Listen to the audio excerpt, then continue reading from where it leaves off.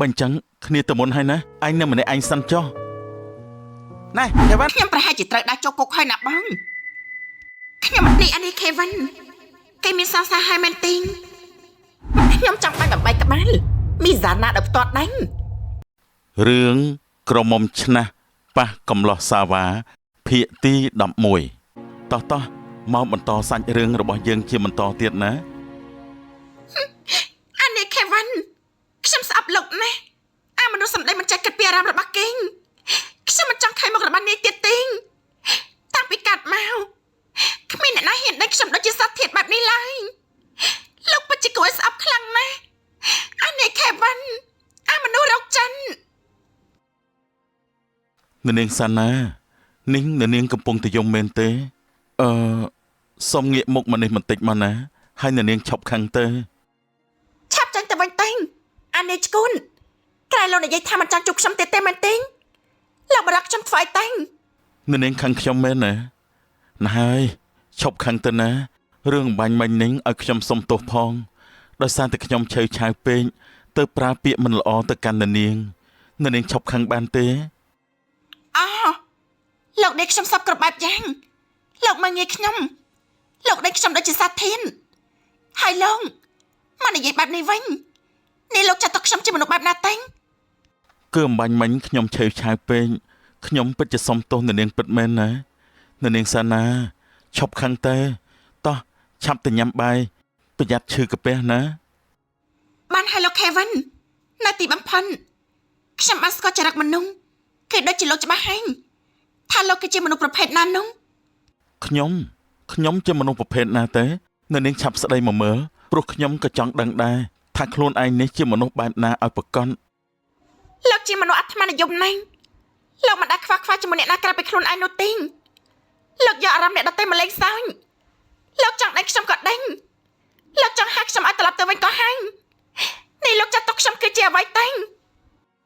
ខ្ញុំក៏មានកិត្តិយសរបស់ខ្ញុំដែរណាលោកខេវិនខ្ញុំមិនមែនជាខ្ញុំបម្រើរបស់លោកនោះទេតែដល់ភ្នំពេញវិញខ្ញុំនឹងប្រាប់ប៉ាម៉ារបស់ខ្ញុំពីចរិតរបស់លោកឲ្យពួកគាត់បានដឹងហើយខ្ញុំមិនចង់ជួបមុខរបស់លោកទៀតនោះទេឆាប់ចេញពីមុខរបស់ខ្ញុំទេខ្ញុំខុសខ្ញុំចេញក៏បានដែរតែនាងកុំភ្លេចទៅញ៉ាំបាយផងណាខ្ញុំបារម្ភបានហើយខ្ញុំពិតជាខ្ពើមសម្ដែងរបស់នាងណាបើលោកយាយមិនមកខំអីនេះមករកខ្ញុំទេស្មានតែមនុស្សដូចជានាងមានចិត្តមករកខ្ញុំមែនទេចេញពីមុខខ្ញុំទេបើសិនជាលោកមិនចេញទេទុកឲ្យខ្ញុំជាអ្នកចេញ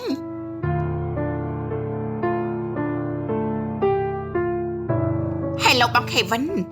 នេះបងបាត់ទៅណាទេជាច្រើនថ្ងៃមកនេះអូនពិតជានឹកបងណាស់ណាស់មកជួបអូនបន្តិចមកបានទេបងមានការផ្ទាល់ខ្លួនត្រូវមកខេត្តបាត់ដំបងអូនមានការអីមែនទេបានជាបញ្ញាប់បញ្ញាល់បែបនេះការងារស្អីទេអូនអាចដឹងផងបានទេតាក់ទងជាមួយរឿងផ្ទាល់ខ្លួនរបស់បងនោះបានហើយដែរបងរវល់ការងារចាំបងទៅភ្នំពេញវិញចាំនិយាយគ្នាទៀតណាប៉ុណ្ណឹងសិនបានហើយខេវិនអត់ទេណាបងឆាប់មកជួបអូនវិញភ្លាមជាបន្ទាន់អូនពិតជានឹកបងណាស់ណាបើមិនដូច្នេះទេ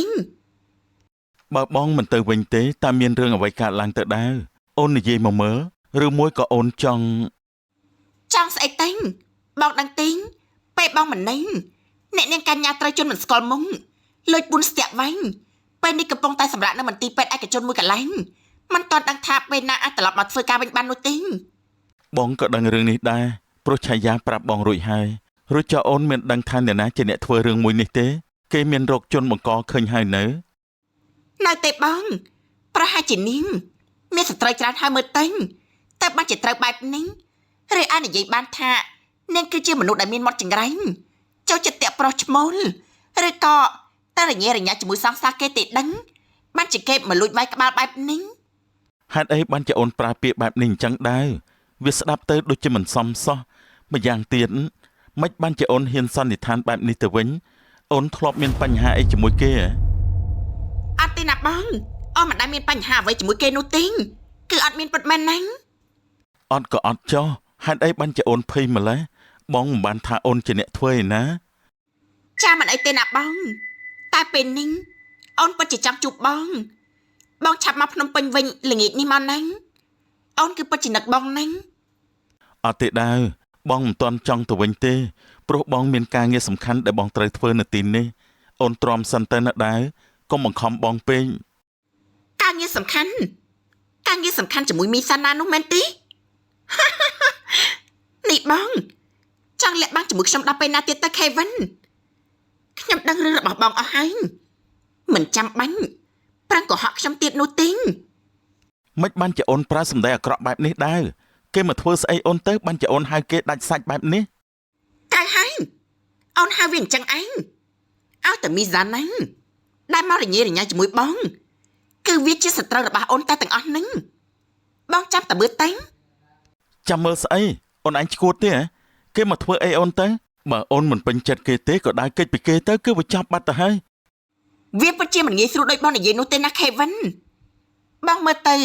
នាងកញ្ញានោះចាស់ជាគំរូស្រាំបើអូនថានិយាយលេងបងចាំតែមើលតែ អូនកាន់តែឈួតមែនតើហើយដែរបានហើយយើងបែកគ្នាទៅបងមិនចង់តាក់ទងជាមួយមនុស្សដូចជាអូនទៀតនោះទេបើនៅកន្លែងធ្វើការយើងធ្វើធម្មតាទៅបានហើយម្យ៉ាងទៀតបងដឹងហើយថាអូនមិនមែនជាដាវដែលបងធ្លាប់ជួបកាលពីក្មេងនោះទេអរគុណហើយណាដែលអូនកុហកបងកន្លងមកបានហើយឈប់មករវល់ជាមួយជីវិតបងទៀតទៅ ខេវិនអត់ទេណាបងមិនអាចធ្វើបែបនេះដល់អូនបានទេខេវិនអូនពិតជាស្រឡាញ់បងណាខេវិនអូនមិនអាចរស់នៅដោយគ្មានបងបានទេមីខ្សាណាគ្រប់យ៉ាងគឺមកពីនាងឯងតែម្នាក់គុណពេលដែលនាងឯងត្រឡប់មកភ្នំពេញវិញយើងនឹងមិនទុកនាងឯងឲ្យនៅយូរទៀតនោះទេត្រៀមខ្លួនចុះទៅនៅក្នុងមឈូសឲ្យហើយទេនាងឯងលេងខុសមនុស្សហើយ ហេតុអីបានជាដាវគេដឹងរឿងរបស់កញ្ញាហេតុអីបានជានាងនិយាយថាឲ្យខ្ញុំមើលកញ្ញាជាគំរូឬមួយក៏ដាវជាអ្នកធ្វើឲ្យកញ្ញាទៅជាបែបនេះ នេះអានេះខេវិនគេមានសង្សារហើយមែនទេមិនបានជាគេធ្វើខ្លួនដូចជានៅ single បែបនេះគេតែសំបែបពីសង្សាររបស់គេអំបាញ់មិញនេះមានរឿងតាក់ទងជាមួយនឹងខ្ញុំទៀតកាត់ទៅអានេះនេះចាំជាមនុស្សចង្រៃពិតមែនមានបញ្ហាអីទៅដែរបានជានិយាយលឺតែម្នាក់ឯងបែបនេះមាននរណាគេធ្វើអ្វីឲ្យប្អូនតែម្នាក់របស់បងឈឺចាប់ទៅបងខេវិនសំបែកគ្នាជាមួយខ្ញុំហើយណាបងឌឿនគេថាមិនចង់ឲ្យមនុស្សដូចជាខ្ញុំទៅពាក់ព័ន្ធជាមួយជីវិតគេទៀតនោះទេខ្ញុំពិតជាពិបាកចិត្តណាស់មិននឹកស្មានថាពេលវេលាពិតជាដើរលឿនបែបនេះសោះមូលហេតុអ្វីទេបានជាគេសំបែកពីប្អូនបែបនេះគ្រប់យ៉ាងគឺដោយសារតែមីខ្សាណាតែម្នាក់គុណវាមិនមាត់តែវាបានដណ្ដើមគ្រប់យ៉ាងចេញពីខ្ញុំពិតជាស្អប់វាខ្លាំងណាស់ពេលវាមកដល់ភ្នំពេញវិញភ្លាមខ្ញុំនឹងឲ្យវាសងអ្វីគ្រប់បែបយ៉ាងមកកាន់ខ្ញុំវិញនេះដែរចង់ធ្វើអ្វីវាទៅអូនអូយស្ដាប់មើលទៅដូចជាបញ្ញាពេកហើយដែរបងសុំចូលរួមផងបានទេខ្ញុំជិតដាក់ពេលលេខឈប់ពីកន្លែងនេះហើយណាបងខ្ញុំមិនចង់នៅជួបមុខបងខេវិនទៀតទេតែខ្ញុំនឹងសងទៅគេវិញនៅអ្វីដែលគេបានធ្វើមកលើខ្ញុំនឹងឲ្យគេដឹងថាការដែលបាត់បង់មនុស្សដែលខ្លួនឯងស្រឡាញ់វាឈឺចាប់ខ្លាំងប៉ុណ្ណាអូយនេះដែរគិតច្បាស់ហើយមែនទេថានឹងដាក់ពាក្យលាឈប់ពីកន្លែងនេះហើយបើយើងឈប់ពីទីនេះតើពួកយើងទៅធ្វើការនៅកន្លែងណាវិញទៅខ្ញុំប្រហែលជាត្រូវដាក់ចូលគុកហើយណាបងខ្ញុំមិនទៅធ្វើការនៅកន្លែងណាទៀតទេតែមុនពេលដែលខ្ញុំជាប់គុកខ្ញុំនឹងធ្វើឲ្យពួកអ្នកដែលបោះបង់ខ្ញុំវាវិនិច្ឆ័យលើខ្ញុំរាប់រយរាប់ពាន់ដងបើបែបនោះមែនបងនឹងចូលរួមជាមួយឯងដែរណាដែរបងនឹងដើរចេញពីទីកន្លែងនេះដូចគ្នាបងមិនអាចឆោមើលប្អូនរបស់បងរងទុកតែម្នាក់ឯងនោះឡើយដែលពិតជាអរគុណនៅទឹកចិត្តរបស់បងណាបងឌឿនដែលបងតែងតែគាំទ្រនៅខាងប្អូនជីនិញពេលនេះចិត្តដល់ទីបញ្ចប់របស់ពួកយើងហើយដែលចង់ធ្វើអ្វីដែរឆាប់និយាយប្រាប់បងមកណាបងអាចជួយអ្វីបានបងនឹងជួយប្អូនភ្លាមខ្ញុំចង់បានដើម្បីក្បាលមីសាណាដល់ផ្ទាត់ដែរ ខ្ញុំស្អប់មីនេះជាងមីកញ្ញារាប់លានដងទោះបីជាខ្ញុំមិនទាន់បានជួបវាក៏ដោយពីព្រោះវាបានដណ្ដើមអ្វីគ្រប់បែបយ៉ាងចេញពីខ្ញុំបាត់ទៅហើយ នេះអញជោគជ័យរឿងស្នេហាហើយមែនទេអាទូអញសំណាងជាងគ្នាហើយមើលទៅតែគ្នាវិញមានសង្សាររាប់មិនអស់ចុងក្រោយបែរជាមិនជួបមនុស្សច្បាស់លាស់សំបីតែម្នាក់មិនសំណាងទេវើយនាងល្អិតនោះប្រកែរោគរឿងរោគលេខដាក់គ្មានអាចថាជាប់ចំណាត់ថ្នាក់លេខ1ខាងរោគរឿងផងក៏មិនដឹង ហើយតែមិនដឹងធ្វើម៉េចទេខាវិនអើយសង្សារយើងជាអ្នករឹងយើងទទួលទៅ គ្នាទៅសារឯងណាស់ដែលប្រកែលេងសើចហើយពេលនៅក្បែរឯងគឺគ្នាតែងតែមានអារម្មណ៍ថាសប្បាយរីករាយគ្រប់ពេលទាំងអស់ហើយឯងក៏សំណាងជាងគ្នាដែរអារឿងស្នេហានឹងប្រាប់ហើយថាគ្នាអត់សំណាងទេនិយាយអញ្ចឹងសាណាជាមួយឯងដំណើរការទៅយ៉ាងម៉េចអីវ៉ៃមិនម៉ាជួយប្រាប់គ្នាឲ្យដឹងផងណាគ្នាត្រៀមលុយសម្រាប់ចងដៃប្រហែលជាដល់ភាពបញ្ចប់ត្រឹមនេះហើយមើលទៅព្រោះគ្នាគិតថាពួកយើងទាំងពីរមិនអាចទៅរួចជាមួយគ្នាទេប៉ុន្តែគ្នានៅជាមួយនាងមួយរយៈមកនេះគ្នានៅតែមានអារម្មណ៍ថានាងជាមនុស្សដែលគ្នាធ្លាប់បានជួបតាំងតែពីក្មេងមើលឥឡូវគ្នាសួរឯងមើលរាល់ថ្ងៃហ្នឹងមានដែរចាប់អារម្មណ៍ជាមួយសាណាខ្លះទេនិយាយតាមត្រង់ទៅគ្នាមើលតែឯងដូចជាកម្រោះកម្រើយដាក់នាងណាមិនដែលនិយាយលេងសើចជាមួយនាងសោះតែគ្មានមនុស្សស្រីឯណាដែលចង់បានពាក្យបែបហ្នឹងទេអូហូតាំងពីឯងបាននីសាដែលជាមិត្តរបស់សាណាជាសង្សារមកឯងកាន់ជើងគេសម្បើមណាស់អាទូមិនអីទេគ្នាយល់ហើយថាឯងមិនដែលខ្វល់ពីគ្នាទៀតនោះទេមានណាគ្នានិយាយការពិតអន្តាណាហើយឥឡូវគ្នាសួរឯងតាមត្រង់មើលឯងមានស្រឡាញ់សាណាទេប្រហែលជាគ្មានចម្លើយទេតែគ្នាមានអារម្មណ៍ថាប្រច័ណ្ឌនាងជាមួយអ្នកផ្សេងពេលដែលនាងទៅស្និទ្ធស្នាលជាមួយគេគ្នាមិនយល់ពីខ្លួនឯងដែរថាម៉េចបានជាគ្នាមានអារម្មណ៍បែបនេះណែគ្នាដឹងរឿងមួយចំនួនតាក់ទងជាមួយនឹងសាណាតែបើគ្នាប្រាប់ឯងកុំនិយាយប្រាប់នាងថាគ្នាជាអ្នកប្រាប់ឯងណារឿងអីទៅឯងឆាប់និយាយមកណាគ្នាកំពុងតែអន្ទះសារចង់ដឹងផងថាមានអីតាក់ទងជាមួយគ្នាឬក៏អត់ប្រាប់ឯងតាមត្រង់ទៅចុះណាសាណានឹងហើយគឺជាដាវដែលឯងធ្លាប់ជួបកាលពីក្មេងនោះនាងព្យាយាមលាក់បាំងឯងរហូតមកមិនឲ្យឯងដឹងប៉ុន្តែគ្នាក៏មិនដឹងថាហេតុអីបានជានាងធ្វើអញ្ចឹងដែរនេះឯងនិយាយមែនឬក៏និយាយលេងនឹងវិទូហើយឯងតែដឹងរឿងនេះមកពីណាដែរវាសំខាន់ណាស់ណាមិនមែនចេះតែនិយាយលេងបានទេកុំមកកុហកគ្នាវើយមិនបានកុហកទេគ្នាដឹងរឿងនេះពីនីសាហើយសាណាក៏ដឹងដែរថាគ្នាដឹងរឿងរបស់នាងបើអញ្ចឹងគ្នាទៅមុនហើយណាឯងនៅម្នាក់ឯងសិនចុះណែខេវិននេះឯងប្រុងតាណាហ្នឹងខេវិនចាំគ្នាផងមើលស្ដាប់គ្នាសិនហេអានេះវ៉ៃគ្រាន់តែដឹងរឿងភ្លាមវារត់ចោលគ្នាបាត់មិនចេះស្ដាប់គ្នាសិនសោះ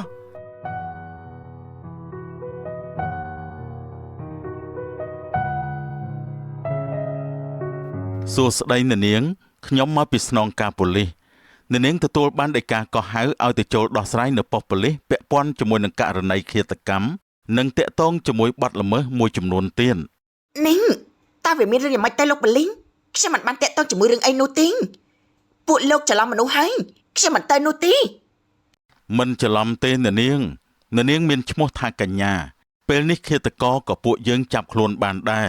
តាមចម្លើយសារភាពរបស់ឃាតករគឺអ្នកនាងជាអ្នកជួលគេឲ្យទៅសម្លាប់មនុស្សអត់ទេមិនមែនខ្ញុំឡើយខ្ញុំមិនដឹងអីនោះទេលោកឆាប់ត្រឡប់ទៅវិញទៅខ្ញុំត្រូវការសម្រាប់ខ្ញុំមិនអាចទៅជាមួយលោកបាននោះទេពួកយើងបានពង្រាយកម្លាំងនៅជុំវិញមន្ទីរពេទ្យនេះអស់ហើយពេលដែលអ្នកនាងមានអាការៈធូរស្រាលជាងនេះបន្តិចពួកយើងសូមអញ្ជើញអ្នកនាងទៅបំភ្លឺនៅឯប៉ុស្តិ៍នគរបាលណាគឺថាខ្ញុំមិនដឹងទេណាលោកប៉ូលីសគ្រប់យ៉ាងគឺផ្ដាំចេញដល់នាងជូឌីទាំងអស់គឺនាងជាអ្នកផ្ដាំកំណិននៃការធ្វើរឿងទាំងអស់នេះលោកប៉ូលីសទៅរកនាងចាស់មិនបាច់បារម្ភទេពួកយើងបានបញ្ជូនកម្លាំងទៅនាំខ្លួននាងរួចអស់ហើយអ្នកដែលធ្វើខុសត្រូវតែទទួលទោសនៅចំពោះមុខច្បាប់មិនអាចល្មើសបាននោះទេពិតមែនហើយនៅមានមួយក្តៅនិងមួយក្តឿនទៀតលោកប៉ូលីសឆាប់ទៅអស់កវាចូលគុកផងតែងពួកវាបានសាកអំពើបាត់ល្មើសជាច្រើនមកលើខ្ញុំ មានការអីទៅលោកប៉ូលីសបានជាមកដល់ផ្ទះរបស់ខ្ញុំទាំងគ្មានការអនុញ្ញាតបែបនេះឆាប់ចេញទៅវិញទៅ អ្នកនាងទទួលបានដីកាកោះហៅឲ្យទៅបំភ្លឺរឿងមួយចំនួននៅឯប៉ុស្តិ៍ប៉ូលីសដែលតាក់ទងជាមួយការរួមគំនិតជាមួយឃាតកររឿងអំពើឃាតកម្មមានស្ថានទោសជាទម្ងន់ដែលមានការគិតទុកជាមុន អត់ទេណាខ្ញុំមិនបានធ្វើនោះឡើយនេះខ្ញុំគឺជាគេងសម្ងាត់ស៊ើបការសម្ងាត់ណាមិនអាចទៅធ្វើរឿងបែបនោះបានទេ បានពួកយើងដឹងច្បាស់ពីប្រវត្តិការងាររបស់អ្នកនាងតែអ្នកនាងបានដើរលើសបន្ទាត់ក្រហមហើយម្យ៉ាងវិញទៀតអ្នកនាងក៏ជាប់ពាក់ព័ន្ធជាមួយការបោកប្រាស់លុយគេផងដែរ អត់ទេណាលោកប៉ូលីសខ្ញុំពិតជាមិនដឹងរឿងអីពិតមែនខ្ញុំមិនមែនជាអ្នកធ្វើរឿងទាំងអស់នោះទេណាលោកប្រហែលជាច្រឡំមនុស្សហើយណាលោកទៅរកគេផ្សេងទេខ្ញុំមិនដឹងអីនោះទេ ពួកយើងក៏ទៅតែទទួលដំណឹងពីមិត្តរបស់អ្នកនាងផងដែរហើយអំបញ្ញមិញនេះពួកយើងក៏រកឃើញមុខសញ្ញាឃាតករផ្សេងទៀតជាមួយនឹងអ្នកពាក់ព័ន្ធនៅក្នុងករណីនេះ មិត្តរបស់ខ្ញុំមួយណាទៅលោកប៉ូលីសខ្ញុំគ្មានមិត្តនោះទេលោកប្រហែលជាច្រឡំមនុស្សហើយ មិនច្រឡំទេមិត្តរបស់អ្នកនាងមានឈ្មោះថាកញ្ញាដែលពេលនេះនាងកំពុងតែសម្រាកព្យាបាលនៅមន្ទីរពេទ្យមួយកន្លែងពេលអាការៈរបស់នាងបានធូរស្បើយជាងនេះបន្តិចពួកយើងនឹងនាំខ្លួននាងទៅបំភ្លឺតាក់ទងជាមួយនឹងករណីឃាតកម្មមួយនេះហើយអ្នកនាងអាចអញ្ជើញទៅមុនបានណា កាត់តែនឹងកញ្ញានេះมันគួរឲ្យទុកចិត្តពិតមែនហេតុអីក៏មិនដឹងមិនព្រមវាយវាឲ្យងាប់តែម្ដងទេបើពេលនោះយើងទុកឲ្យវាងាប់ប្រហែលជាល្អជាងនេះ អ្នកនាងជូឌីក៏បារម្ភអីអ្នកនាងដាវក៏ប៉ូលីសកំពុងតែតាមចាប់ខ្លួនពាក់ព័ន្ធជាមួយនឹងអំពើឃាតកម្មដែលបានគ្រោងទុកជាមុននេះផងដែរពេលនេះនាងកំពុងតែរត់គេចខ្លួន ប៉ិតមែនទេលោកប៉ូលីសមីក្តៅទោះបីជាយើងជាប់គុកនាងឯងក៏មិនរួចខ្លួនដែរ សូមអញ្ជើញអ្នកនាងជូឌីទៅចូលរួមបំភ្លឺនៅឯប៉ុស្តិ៍ប៉ូលីសបានចាំទៅដល់ទីនោះចាំនិយាយគ្នាទៀតចុះណា មិនអីទេលោកប៉ូលីសខ្ញុំព្រមទៅជាមួយលោកហើយណាមិនចាំបាច់ដាក់ខ្នោះខ្ញុំទេណា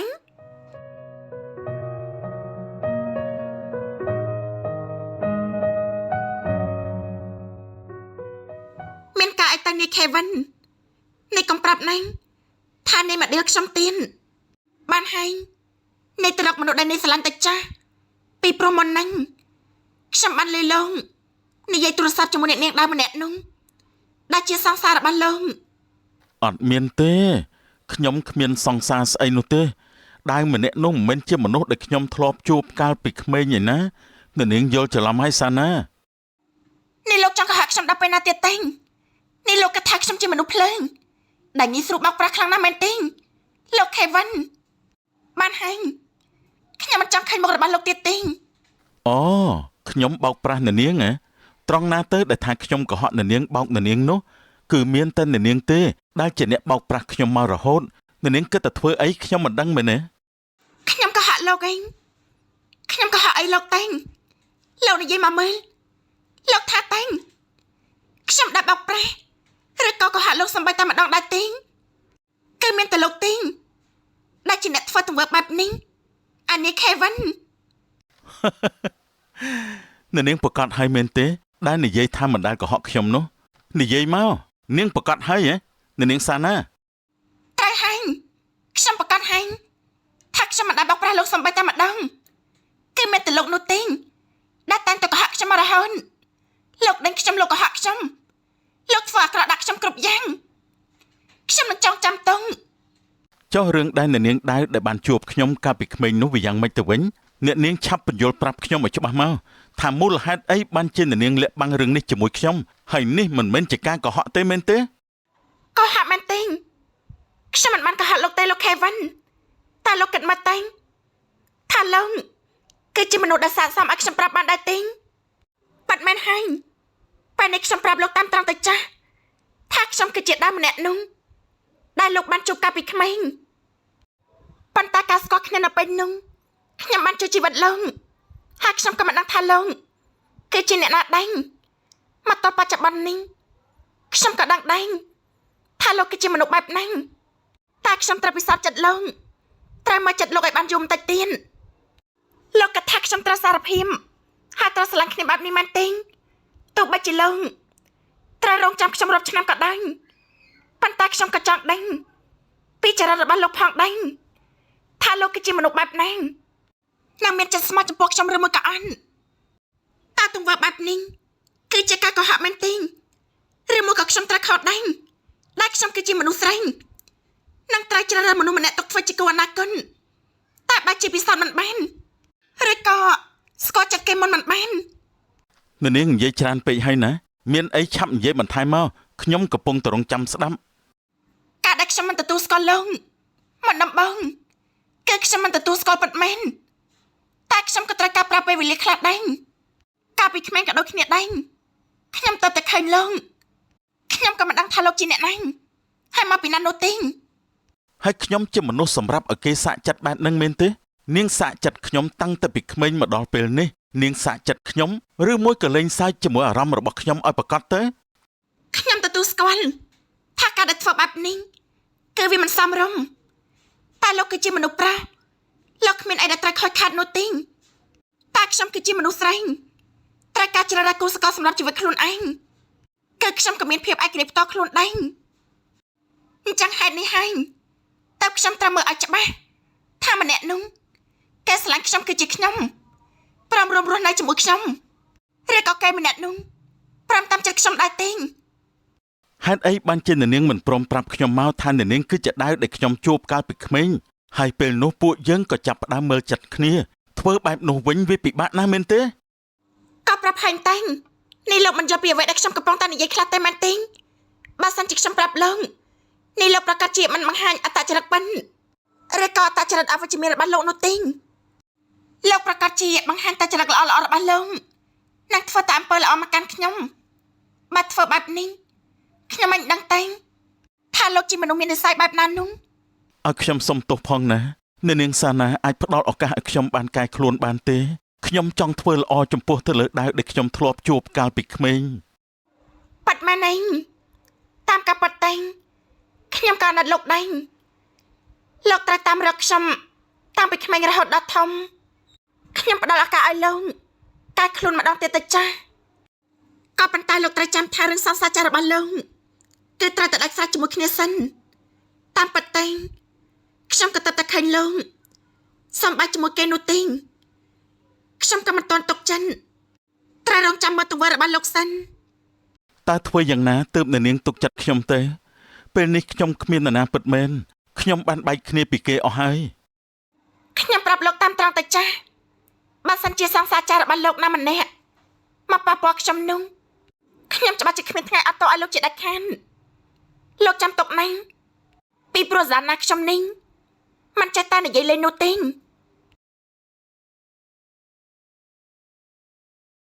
ហើយពេលនេះវាធ្វើស្អីវាបានជាមិនព្រមលើកទូរស័ព្ទបែបនេះកូននេះចំមែនពេលមានការអីមិនទាន់ខលមិនដាល់ចូលសោះតែបើរឿងអត់ប្រយោជន៍វិញវាលើកលឿននោះលឿន Hello ជំរាបសួរលោកប៉ានេះកូន Kevin កំពុងតែនិយាយបានលោកប៉ាមានការអីហ៎ Kevin ក្រុមហ៊ុនរបស់យើងមានរឿងហើយឆាប់ត្រឡប់មកភ្នំពេញវិញឲ្យកាន់តែលឿនគឺកាន់តែល្អណាបាទលោកប៉ាកូននឹងត្រឡប់ទៅវិញនៅថ្ងៃស្អែកនេះប៉ុន្តែសូមលោកប៉ាប្រាប់កូនមុនបានទេថាមានរឿងអីកើតឡើងនៅក្នុងក្រុមហ៊ុននោះជំនួយការរបស់កូននិងអ្នកកាន់ផ្នែករដ្ឋបាលបានលាឈប់ពីការងារហើយកញ្ញាក៏ត្រូវប៉ូលីសចាប់ខ្លួនពីបទឃាតកម្មទៀតមិនតែប៉ុណ្ណោះដាវនឹងឌឿនកំពុងតែរត់គេចខ្លួនពួកគេសុទ្ធតែជាប់តាក់ទងជាមួយនឹងការសម្លាប់មនុស្សថាម៉េចនេះពួកគេទៅធ្វើស្អីខ្លះទៅលោកប៉ាកូនមិនគួរឲ្យជឿសោះថាពួកគេអាចធ្វើរឿងទាំងអស់នេះបានប៉ូលីសប្រាប់ថាជាអំពើឃាតកម្មដោយគិតទុកជាមុនតែមិនទាន់ដឹងថាគេធ្វើទៅលើអ្នកណាខ្លះនោះទេមួយវិញទៀតជូឌីដែលជាសង្សារចាស់របស់កូនក៏ជាប់តាក់ទងជាមួយនឹងនាងកញ្ញារឿងសម្លាប់មនុស្សផងដែរមិនអីទេលោកប៉ាស្អែកកូនទៅដល់ភ្នំពេញវិញហើយលោកយាយក៏ទៅនៅជាមួយពួកយើងវិញដែរល្អហើយបើអ្នកម៉ាក់ព្រមមករស់នៅជាមួយពួកយើងនោះអញ្ចឹងបានហើយណាប៉ាមានការរវល់បន្តិចបាទជំរាបលាលោកប៉ាកូនស្រឡាញ់លោកប៉ា